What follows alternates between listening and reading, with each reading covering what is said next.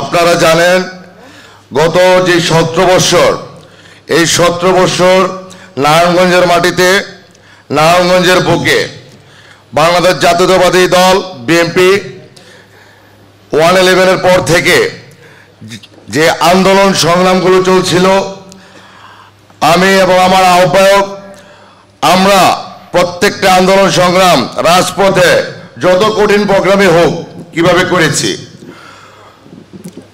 তখনকার যে কঠিন মুহূর্তগুলো ছিল 13-14 সালের সময় একটা কঠিন মুহূর্ত ছিল, তখন ধরে ধরে তৎকালীন যে ফেসিস্ট সরকার খুনি হাসিনা সরকার ছাত্ররা তাদেরকে গুম করত এবং ক্রস ফায়ারের জন্য একটা গোপন তালিকা করে বিভিন্ন জায়গায় ছাত্রদেরকে ক্রস ফায়ারে নিহত করত এবং অনেকেরই লাশ পাওয়া যেত না, গুম করে ফেলতো। সেই তালিকায় আমার নামও ছিল। আমি আপনাদের এলাকারই সন্তান, আমি আইটি স্কুলে পড়ালেখা করেছি, তার সুবিধায় এলাকার অনেকের সাথে আমার সেই ছোটবেলা থেকেই অনেক ভালো সম্পর্ক।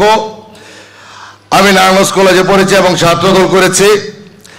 আমি যখন 12 নম্বর ওয়ার্ড ছাত্রদলের প্রেসিডেন্ট ছিলাম তখন এই ওয়ার্ড ছাত্রদলের প্রেসিডেন্ট ছিল আপনাদেরই আরেক ভাই শাহাদাত হোসেন বাবু, যে আজকে নাই, যে সক্রিয় রাজনীতিটা হয়তো করে না, কিন্তু এই আন্দোলন সংগ্রাম করতে গিয়ে 2013-14 সালেও আমরা বিভিন্ন হরতাল বিভিন্ন যে কার্যক্রম করেছি তার ধারাবাহিকতা আমাদের এই এলাকার এই তল্লা কিল্লারপুল মানুষের অনেক হয়রানি হইতে হয়েছে।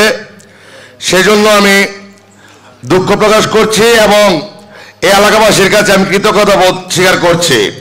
কারণ আমরা 2013-14 আন্দোলন হোক, বিগত সরকারের যে নির্বাচনের আগের আন্দোলন হোক এবং ছাত্র আন্দোলন পরবর্তীতে আন্দোলন হোক, গত এই 17 বছর আন্দোলনের সবচেয়ে কঠিন মোমেন্টগুলা কঠিন মুহূর্তগুলা এই এলাকাবাসী এই এলাকার মানুষগুলো আমার আহ্বায়ক এবং আমার পাশে সার্বক্ষণিক ছায়া দিয়ে রেখেছিলেন প্রত্যক্ষ আর পরোক্ষভাবে। এমনিতেও 11 নম্বর ওয়ার্ড বিএনপির ঘাঁটি। এই এলাকার সমস্ত জনগণকে আমি কৃতজ্ঞতা জানাই। 11 নম্বর ওয়ার্ডবাসীকে, তারা যদি আমাকে সহযোগিতা না করত, আমাকে আশ্রয় না দিত, তারা যদি আমার উপকার করেছে, ক্ষতি করে নাই কখনো, যার জন্য আমি আজকে ছাত্রদলের ওয়ার্ড ছাত্রদলের সাধারণ সম্পাদক সজল থেকে আজকে মহানগর যুবদলের আহ্বায়ক সজল হয়েছি। আপনাদের ভালোবাসা, স্নেহ এবং সহযোগিতার মাধ্যমে আজকে আমি এই নেতৃত্বের পর্যায়ে আসতে পেরেছি। আমাদের এই এলাকার যারা দীর্ঘদিন আমার সাথে রাজপথে কাজ করেছেন, আজকের এই সমাবেশকে সফল করার জন্য, কর্মী সভাকে সফল করার জন্য যারা কাজ করেছেন, আমার একজন বন্ধু আছে যে এই ওয়ার্ড বিএনপির সাধারণ সম্পাদক এবং সে অত্যন্ত পরিশ্রমী নেতা, সাবেক যুবদলের যুগ্ম সাধারণ সম্পাদক আবুল হোসেন রিপন।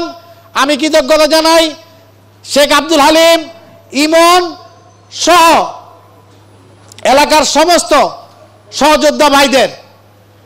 আজকে 11 নম্বর ওয়ার্ড যুবদলের কর্মী সভা, এই কর্মী সভায় আমাদের নেতা কর্মীদের কিছু মতামতের উত্তর আমি দিচ্ছি।